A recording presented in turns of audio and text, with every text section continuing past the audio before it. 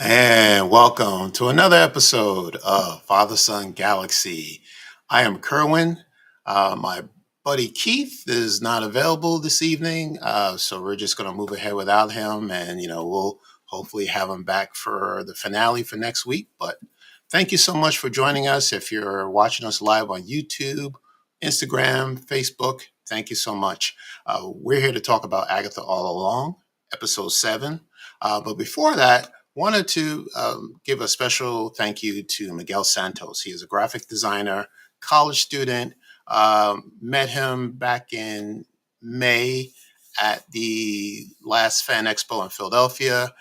He wanted to, show his talents and wanted to create a graphic design for us, and he did, and we have it, and we wanted to show it to you, reveal it for the first time. Of course, if you're listening to it, you can't see it, but it's a very nice intro.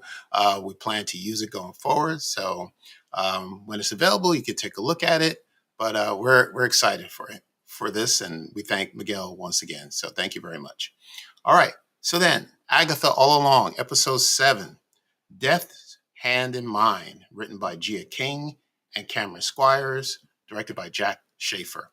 And before I even go into it, I love learning new things. Now, I spoke about this before. I'm not into psychics or tarot cards or anything like that, predicting the future. Never been into it. Never went to a psychic. But what I enjoy about this episode is that the writing is so brilliant that it explains everything to you if you have no idea how the tarot cards work. So I was just fascinated by what I saw. Very excited about this episode. So let's get into it. All right. So let's talk about Death's Hand in Mind, Agatha All Along, episode 7. Now, this is definitely Lilia's story. We knew her story was coming. The first image we see is of Lilia falling. We don't know why. We know that there's going to be a backstory to bring us to this moment. All right. So what do we know about Lilia? Well, we know that she has a short-term memory. We've seen scenes of her blurting out things, and she immediately forgets that she said anything or talked to anyone. She's also, she is Sicilian. Her nationality is Italian, and we learn that she lives a life out of sequence. Now, imagine that your past, your present, and your future all jumbled up, like you don't know where you are. I mean, it's very confusing. What a confusing life to live, not knowing. Is this the past? Is this the present? What am I doing? But that's gonna come into play. Um, and most of this episode is actually told out of sequence because we're seeing it from Lilia's perspective, right? Which was very interesting. Okay, let's go ahead and talk about the road with, once again, Agatha and Teen are walking the road, and we know from last week they don't like each other, and each one of them think they can complete the road without the other. Um, but Teen asks a question: is Wanda Maximoff really dead? Of course, Agatha's answer is yes, no, maybe. We know. Wanda is coming back. I've said it before. I can feel it. That's what the fans want. We want to see Wanda back, but they're not going to tip their hand right now. So okay, let's just see what happens. All right. So the next trial happens to be a castle. Okay, and it looks like something out of a haunted mansion. Makes sense. When they walk in, a new costume, and Agatha's dressed as the Wicked Witch of the West from The Wizard of Oz, and Teen Billy is dressed as Maleficent from Snow White. Sleeping Beauty, sorry about that. Maleficent. And they do a tarot card reading. They come to a table, and there's tarot cards there. And again, like I said, don't know how it works. So they show us the Chariot, 7 of Swords. We see these swords that are hanging above the ceiling, and every time they throw a card down, if it's not the right card, a sword drops from the ceiling and lands right near them.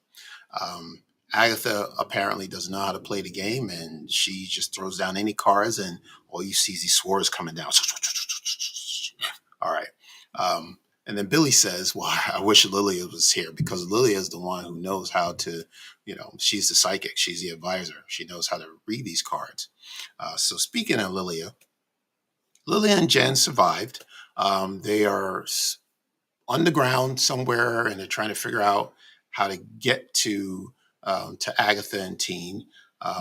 They finally get there just in time because Agatha and Teen have no idea what they're doing. These swords are falling all over the place. Um, and then Lily is hearing these voices, and the voices are telling her that your task is not to control, but to see. All right. And she says that the current shuffles and cuts. There is a scene of Lilia when she is a young girl. She's seeing this advisor, kind of like a Yoda type person, very, very intelligent, very wise. Um, Lily is afraid of death. This is what I get out of this episode is that she's just, she fears death. She feels that the end is coming, but she doesn't know when or how it's going to happen. And this advisor is, she's really, obsessed with the end. And this advisor says, well, you know, that's not that's not why you're here. You're not, you shouldn't worry about how it's going to end. You should worry about the here and now. And then Lily also mentions that she can't control um, her future and her past and present all coming together. And this spiritual person says to her, "Well, your task is not to control, but to see." All right, so we have to see. So Lilia has to really just sit back and witness what is happening. All right, don't try to control it, but just be in the moment. Okay, all right. So Lilia shows up just in time with Jen, and they're in this castle, and again these swords are falling. So Lilia wants Teen. So she thinks this is Teen's trial, and she asks Teen, the querent. She is the querent. She shuffles the cards and cuts them, and she asks Teen, "What is the question? What do you need to know?"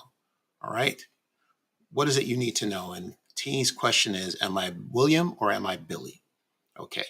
Now, let's talk about the rules of the game now, this tarot card. Okay. So, the safe passage. The first card is a traveler, which is Teen. Then the what's missing, the reason for your quest. The path behind are the rudes, the wounds suffered, the lessons learned. The path ahead is a space for growth and discovery. There will be obstacles preceding a potential windfall and overcome all the obstacles to reach your destination. So that's the name of the game. Okay. All right. So now we start playing the game. So team picks a card. First card is the magician. Enormous potential, ability to turn all your goals into reality. So that pretty much sounds like team. The sun, good fortune, joy, reunion. What's missing? The game is more about Lilia, what is missing in her life. And we find out, okay, this is not about Teen, this is about Lilia. Um, and then Lilia is, again, her life is back and forth, it's out of sequence. Um, she and Jen have this conversation where she realizes that she needs to continue on the road. Jen had a moment where she can actually leave the path and just escape altogether and not come back. But Lilia says to her, okay, well, you have the option to escape, but I want to continue on the road. And I would like for you to come with me. And then Jen says, why? And says, because we're sisters in the craft. Right. And I thought this was a very good moment because Jen has a way to get out of this. But because Lily asked her to stay, not only did she say yes, but usually when you ask, someone wants you to go with them, you usually have that person lead and then you follow that person on that path. But Jen, not only was she, wanted to definitely take this road with Lilia, that she actually led the way, which I thought was very interesting and very cool. So now they lead the way back to the path. They get to the castle and they find Billy and Agatha, and they don't know what's going on. So she is there to take control of the game, and she realizes that this game is not for her. Um, Teen is not the traveler. Lilia is. She is. Okay. So Lilia is the Queen of Cups, empathetic, intuitive, has an inner voice to be trusted. What's missing? The Three of Pentacles, collaboration, community, singular voices waiting to harmonize. I needed you. That's the Coven. The path behind, the Knight of Wands, full of fire, fights bravely. The path ahead, High Priestess, which is Jen, immense spiritual power, unable or unwilling to use it. The obstacles is the Three of Swords, heartbreak, sorrow, and grief. The Windfall, the Tower reversed. This is something that she blurted out a couple of episodes ago, and we didn't know what it meant. The Tower reversed, disaster, destruction, sudden upheaval, but reversed. And the destination. What is the destination? Well, we're going to find out. Then we realize that all roads lead to death. All right. And Rio is revealed as death, which is a symbol that death is coming for all of us. And then now that Lilia has everything in place, the cars and everything else, the swords retreat, everything stops, the game is over. But the Salem Seven is after Lilia, right? So Lilia says to Agatha, Lilia knows that her time is coming to an end. One of the things that she says to Agatha very quickly is that when she, Rio, calls you a coward, hit the deck. All right. So the Tower, what does that mean? The Tower reversed. So the Salem Seven is coming after Agatha. Lilia gives all the witches, the Coven, enough time to escape, especially Jen. Now, Jen is thinking that Lilia is going to come right behind her, but, Lilia says, no, I have to stay here and I have to take care of the Salem Seven. She closes the door. Jen tries to stop her and can't. So now it's Lilia by herself taking on the Salem Seven. And Lilia turns the tower upside down. Now the ceiling is the floor. And so you have the swords now at the bottom, and everyone, including the Salem Seven and Lilia, are hanging from the ceiling. And they lose their grip. It's almost like there's gravity, like you're in space, and, their bodies flip and they turn over. The Salem Seven has no time to even grab onto anything, to hold onto anything. So they drop to the floor. Their bodies are impaled by the swords. And Lilia tries to hold on for dear life and can't any longer and lets go. And that's the reason why we see her falling from the beginning. So that's the end of her journey. But what does this episode teach me? Is that I think once Lilia knew how her life was going to end, that she no longer feared death. And, she knew the beginning, she knows the ending. So what's in between, what you do in between is what matters. And she needed to live up to her potential. So I thought that was a very nice lesson to learn. And now she's free to live the life she's intended to live. She is the divination witch. When she was working as a psychic, she wasn't doing very well. She was, couldn't even keep the lights on, and, she had an eviction notice. So she was living below her potential. And, there are times where I feel like I'm living below my potential, and I'm sure other people have felt the same way. But that's just fear. You can't let fear, take control of your life. So I thought this was a great lesson to learn. And like I said, this was, the writing is brilliant. This entire series is wonderful. This was absolutely Patti LuPone's episode. She nailed it. She crushed it. And this is why you hire someone like a Patti LuPone to take on this role. And then the last scene we see of her as a young Lilia going back to the teacher, and now she's not afraid or unhappy. She is now secured, and she is ready to begin her lesson. She's now at peace. So that was great. And then the end credits, there was a song, "Time in a Bottle," hit song by Jim Croce back in the 70s. Is the end credits. It's coincidence that's the song that's also featured in the X-Men Days of Future Past that includes Quicksilver, played by Evan Peters. So that's very interesting. Um, that was the episode. So this was once again probably one of the best written episodes I've seen from Marvel. Um, the acting was just stellar. So we know next week it ends. It wraps up with a 2-part finale the day before Halloween, and looking forward to that.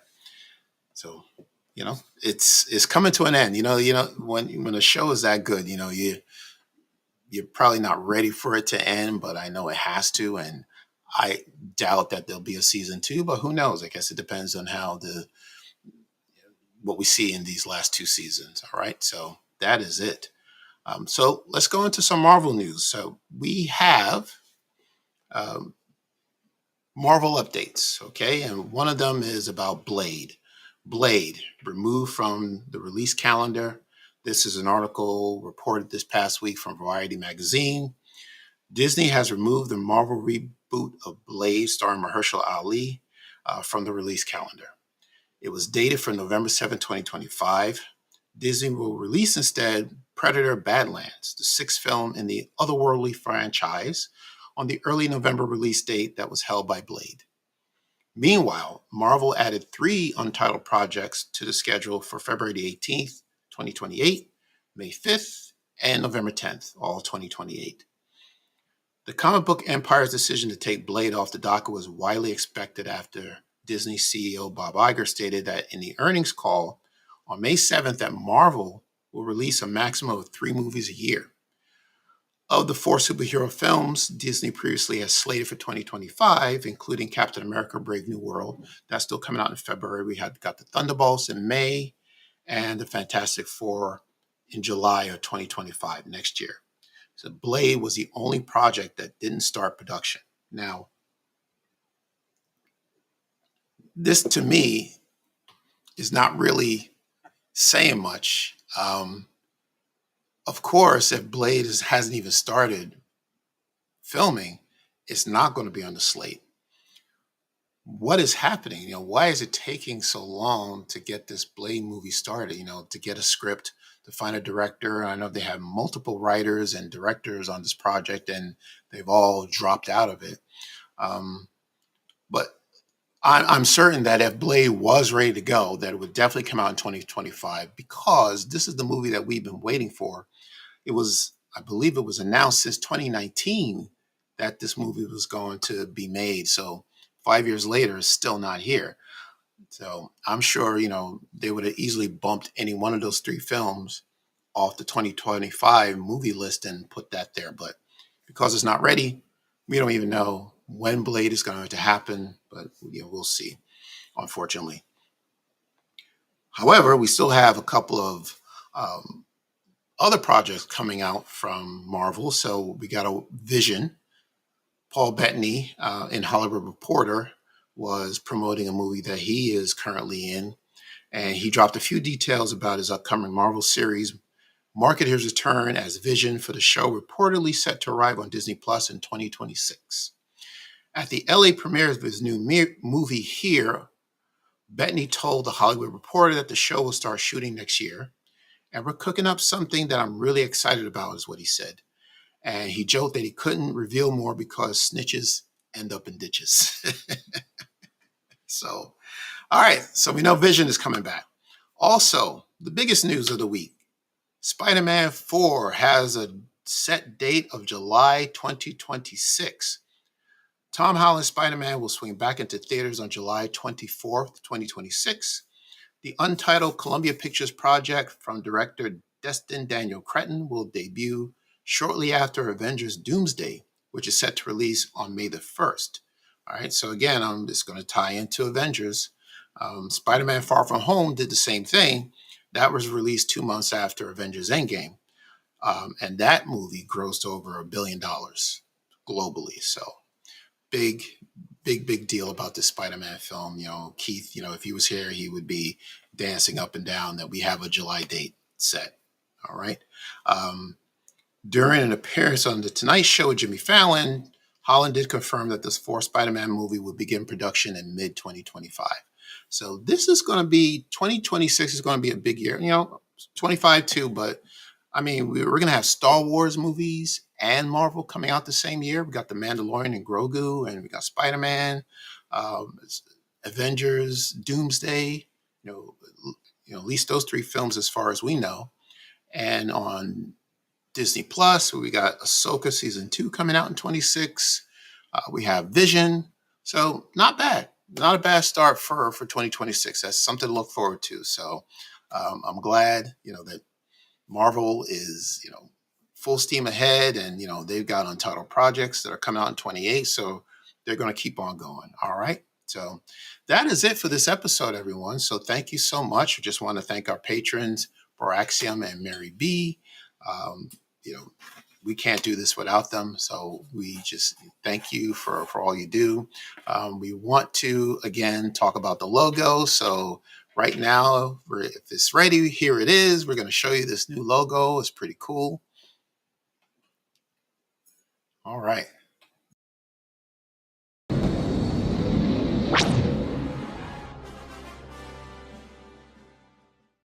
Our new logo. All right, that's it. So we're going to be incorporating this logo into our episodes going forward. Again, thank you to Miguel Santos. He's a great guy, college kid. He's just trying to, get his name out there. So we're doing that for him. We're going to help him, spread the word that this kid is talented. And if you want more information, we'll put his contact information in the description. But once again, that is it for episode 7 of Agatha All Along. Next week, 2-part finale. All right. Looking forward to it. You can find us on Facebook, X, and Instagram. We have a website, fathersongalaxy.com.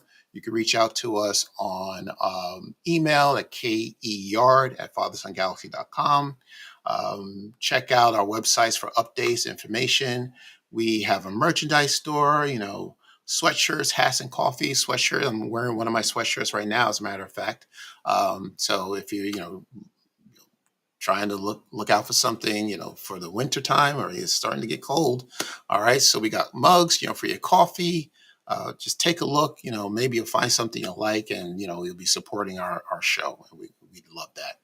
All right. So if that is it, everyone. So thank you once again for joining us. Until next time, take care.